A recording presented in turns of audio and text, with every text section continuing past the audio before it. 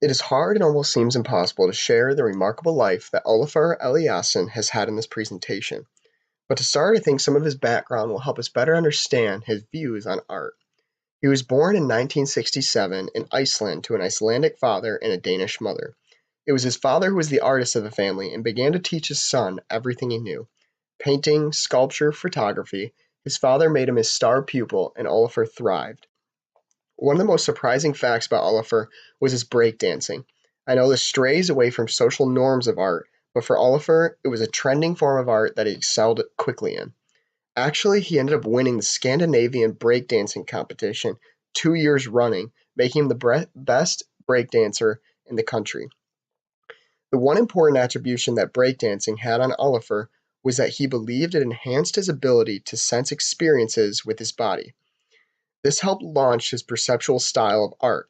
He saw a new view on the idea of space and how the body moved within that space.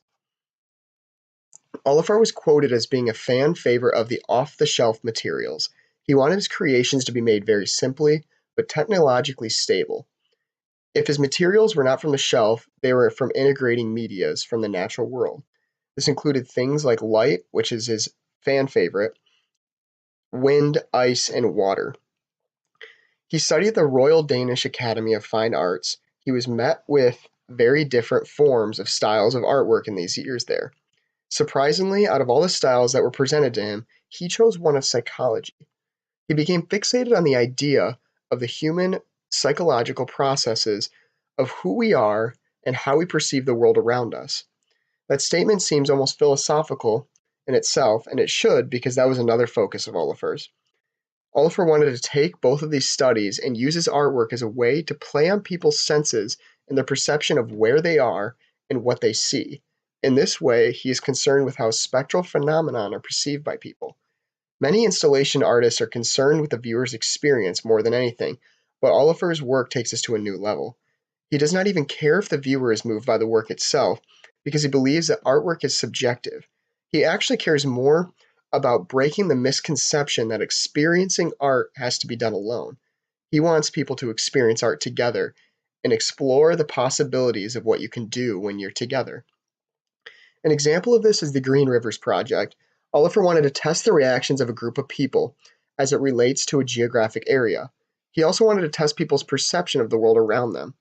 So to do this, the Green Rivers Project was created by using a non-toxic dye powder that was thrown upstream of the river. Olafur then placed informants around the city by waterways to see what would happen. He did this mysteriously without any warning to the city, just to see how they would react. Kind of funny, in Los Angeles, no one even reacted, no one even cared, everyone went on their way and thought that the river was just the river. But in Stockholm, a newspaper ran on the story about it. Possible reasons were given, a slight panic arose, and Olafur actually had to comment about the test. Overall, it was interesting that he was able to change the landscape to just test people's perception and actually see how a different geographic area reacted to those um, changes in the natural landscape. On the same topic of natural world, we meet another main idea of Olafur. He loves to explore and connect natural phenomenon to his audience. He believes that there is a large dislocation between nature's awe-inspiring wonder.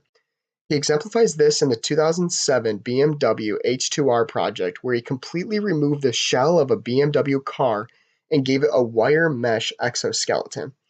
He then worked to form layer upon layer of ice to create this swirling shell around the car. Now it sounds odd, but the car runs on hydrogen, which is only turned to a usable fuel at sub-zero temperatures, and the only byproduct is water. So what better way to show the environmentally friendly car than to create a visual representation of how that car works? Now, as you can see, it is very difficult to establish identifying qualities of Olafur's style. You can be sure that he loves to play with light, natural phenomenon, glass, water, metal, but other than those, most of his pieces are truly unalike. In most cases, each of his pieces are physically unalike, but oddly enough, they all spark the same perceptual thought processes when experiencing the piece. Now, just showing some of his pieces, you might think that there's a lot of critics or controversy over what he's doing, like changing a river. But oddly enough, there isn't actually. Most people speak in high regard for his pieces. Grindstein of W Magazine commented that Eliasson's projects all project his fundamental modesty and openness.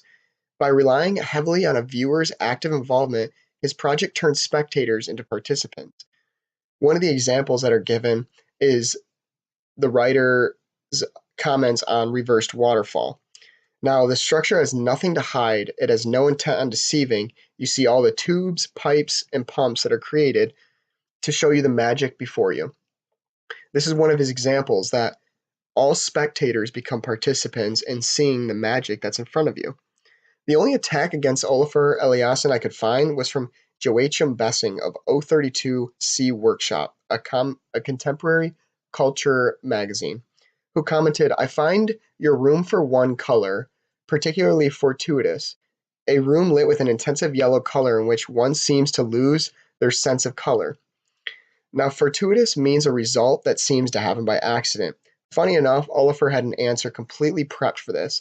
His response contains scientific evidence of retina receptors in the eye and the mind's ability to project learned behaviors and colors onto objects. It ends up creating a fine line where you can focus and notice that you see the true color of blue jeans you're wearing. But then as you let your mind wander a little bit, you see that really your jeans are actually blackish yellow, and that what you were seeing before was what your mind was projecting as a learned color of blue jeans.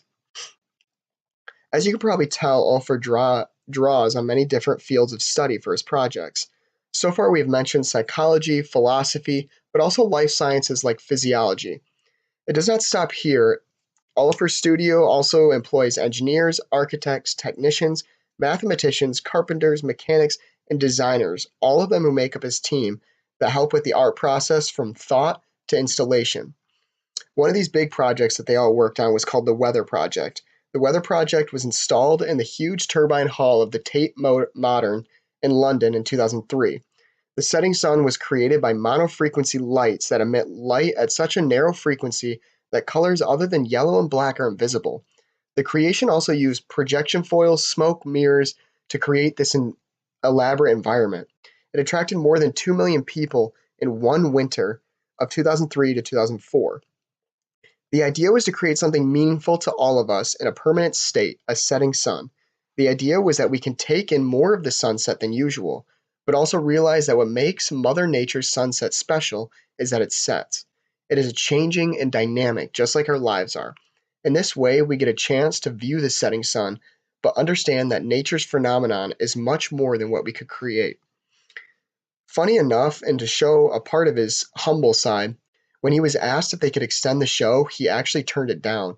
He said it was flattering, but that he wanted this artwork to stay as an artistic experience instead of to be turned to mindless entertainment. Inspired by the Weather Project, Olafur actually decided to establish something else that played on this sun idea. He established the Little Sun Project in 2012. Now, this project concerned with bringing the power of sustainable energy to the 1.1 billion people without it in our world. Ironically, the model of choice was the sun. It was modeled after the Weather Project, and in seeing how many people were mesmerized by sunlight, he realized that some people can see sunlight, but some people can't harness the energy from it. So that's where the Little Sunlight Project came in, which is a solar-powered sun that can be donated to countries in Africa with a strong focus on Ethiopia. I find his interconnected fields of study probably the most interesting about his work. I love that he works science, math, and art all together to create truly one-of-a-kind pieces. His way of light, glass, mirrors to just be integrated is just really cool to me. Now, the other part of his work that seems really interesting to me and that we can see in even the Weather Project and Little Sun Project is his humbleness and his philanthropy side. Now, the last piece I want to bring to you also plays on Eliasson's giving nature. He is no stranger to the money that can be made in the art world, but he also does not let himself be consumed with it, or his studio, in fact. In 2006, he collaborated with Louis Vuitton to create a showroom piece for the holiday season. The piece that he ended up creating was actually part of a series called I See You. These were large metal lamps that were an array of glass that took the shape of an eye, but at the center, viewers could see their own reflection. The interesting part of this collaboration was not that he produced for Louis Vuitton, but what he produced because of Louis Vuitton. He used his proceeds to establish the 121 Ethiopia, a foundation that helps and funds African orphanages. He and his wife have a passion for the children of third world countries and actually have adopted, I believe, two children from there and ended up establishing this foundation in efforts to help others do the same. Eliasson was quoted as saying, "I gave every penny from the project to this foundation to create a sort of beginning." He also commented that this way was his way of connecting capitalism with poverty to the misfortunate. As we can see, there's a lot going on in the mind of Olafur Eliasson, from his work with visual perceptions to his illusions with spectral phenomenon. But all we can figure out in the very end is that he loves to work with glass and light and show his viewer an experience that they've never had before.